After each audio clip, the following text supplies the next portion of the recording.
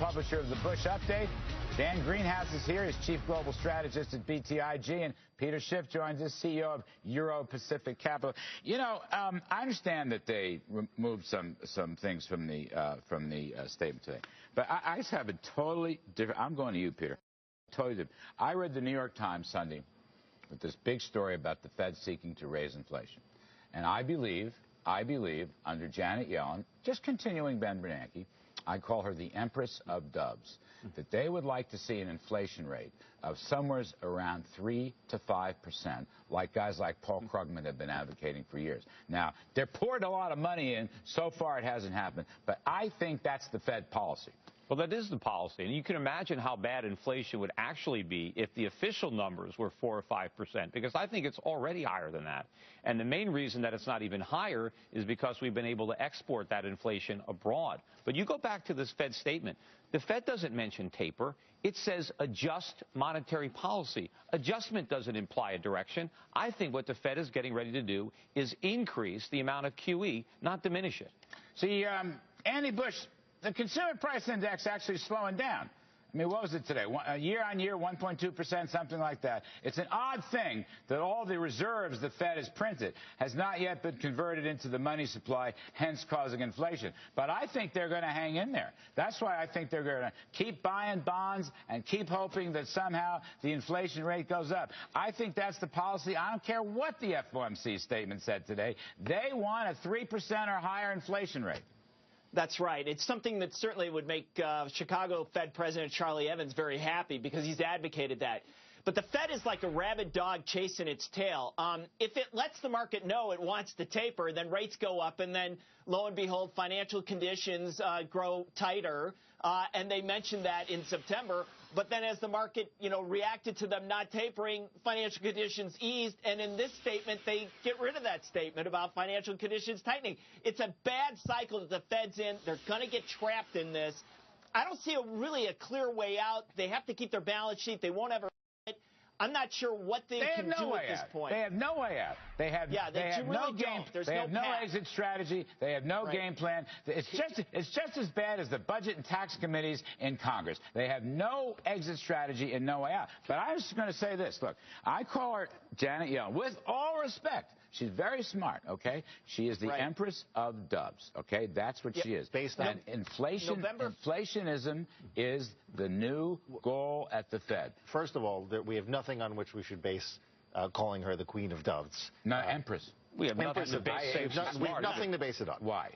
Her whole record is like that. But that said, let's step away from Paul Krugman for a second and bring up Ken Rogoff. Right. Who won 6%. Who won 6% inflation. Now, don't those voices mean something to you when you hear those quoted in a New York Times story? These are, forget the New York Times story. Ken Rogoff has been saying this since day one. And I give him all the credit. He's someone I share a lot of views with. I should be associated with him. It would be great for me. But that said, there is something to be said in the literature for a burst of inflation or a moderately higher level of inflation than we've been experiencing. And inherent in this entire discussion, or underlying this entire discussion, is exactly what you brought up, which is that the CPI on a year-over-year basis is running less than the Fed's target. Right. So we can scream all we want about what the Fed's doing and it's printing and it's printing and it's printing based on the way that the government measures inflation, which, of course, is an important caveat. You're not getting it.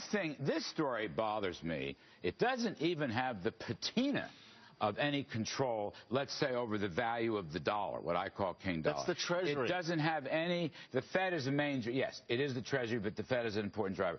And anyway, since when does higher inflation promote better economic growth? Since when does higher inflation help the economy? It doesn't. It retards it. I mean, this is a ruse. They don't want more inflation to help the economy. It's not going to help the economy. What they want to do is sustain asset bubbles. They want to sustain government spending. They want to keep on monetizing debt. They're looking for an why they're not going to taper QE, because they can't. You think the Federal Reserve wants to create asset bubbles? But that's all they've got. This whole phony economy is all they've got. They can't take away the punch bowl without bringing the party to an end. So they're going to keep on spiking it and making up excuses. But they're never going to tell the truth that they've got us addicted to this cheap money and that they can't take it away. The economy is actually in worse shape today than when the Fed first started QE1. I think they are going to consciously, they've got these data-driven targets, but I think they don't want a higher target. They don't want a 2% inflation target, Andy Bush. They want more. I believe if they could get it, If they could get it, they'd like 3, 4, 5%. That's the whole point. They can't get it. Well, they're going to keep trying to get it. It's like an addiction. Charlie Evans clearly made that point, and has made that point. If we've tolerated 1.5% inflation and the Fed's upper bound is 2.5%, then you can go to 3.5%. Right. So that's really the issue. But I'm, believe it or not, I'm with Peter. I agree with Peter on this. Inflation is kind of a ruse. I mean, getting higher inflation doesn't solve your problems. Right. I mean, you got to get job growth, and the Fed can't do that. And it really goes back to listen to me. It's Dan Greenhouse. Andy, I got to jump in here. Sitting on this set. Dan Greenhouse wants to become Kenneth Rogoff or Paul Krugman. No, hold on. That's not fair. And Greenhouse believes that the Fed can create and control what he just called, quote unquote, inaccurate bursts of inflation. Inaccurate. Bursts of inflation. That's not what I said. I came into the business in the 1970s with bursts of inflation. But what you just said is an important point here.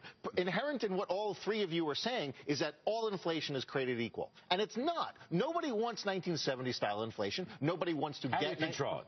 Give me an example. I agree with you. I agree with you on that point. But let's not pretend 3% inflation rate is the same thing as an 8% or 10% inflation rate. But why is making the cost of living go up good for the economy? Right. What Ben Bernanke is saying is the typical American prices are not high enough. So then why have any inflation at all? Well, yeah, we shouldn't. We shouldn't have any inflation. Yeah, we didn't have. Look, we were on the gold standard. We didn't have any inflation. Prices were coming down. Gold standard, and that was great because it raised the standard of living of average Americans because their wages gained value, prices came down. That's what a healthy economy has. For 60 years, we had a depression every 7 years. No, we didn't. I will tell you this. I happen to agree with you about the dollar. And I don't think they care one whit about the dollar. I call it King Dollar.